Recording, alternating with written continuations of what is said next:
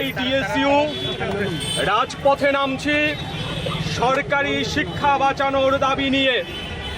আমরা লক্ষ্য করছি এই রাজ্যের বিজেপি আইপিএফটি জোট সরকার প্রতিষ্ঠিত হবার পর রাজ্যের শিক্ষা ব্যবস্থাকে বেসরকারীকরণের মাধ্যমে বাণিজ্যিকীকরণের রাস্তা এরা সুগম করতে চাইছে।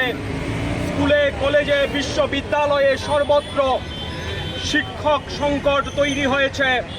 আমরা বারবার দাবি করেছি পর্যাপ্ত সংখ্যায় শিক্ষক নিয়োগ করতে হবে, কিন্তু আমাদের রাজ্য সরকার বধির।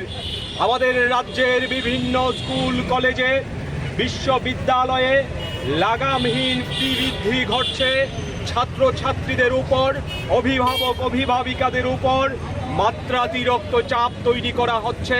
তার সঙ্গে বৈষম্যমূলক শিক্ষানীতি এই রাজ্যের সরকার চালু করার চেষ্টা করছে।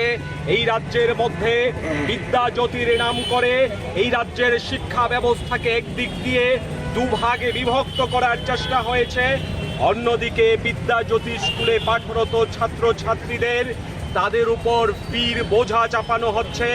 তাদের পড়াশোনার মাধ্যম কি হবে সেই নিয়েও সংকট তৈরি হচ্ছে।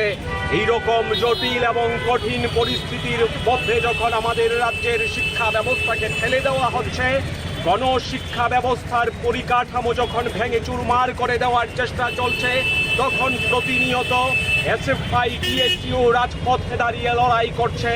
আজকে আমরা ফের একবার রাস্তায় নামছি, আমরা শিক্ষা ভবনে যাব। আমরা আবার দাবি করব সরকারি শিক্ষা বাঁচাতে সরকার ভূমিকা পালন করো।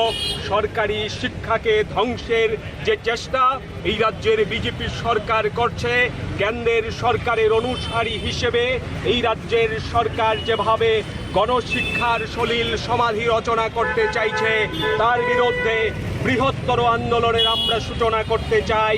আজকে আমরা ছাত্ররা আমরা মানছি না।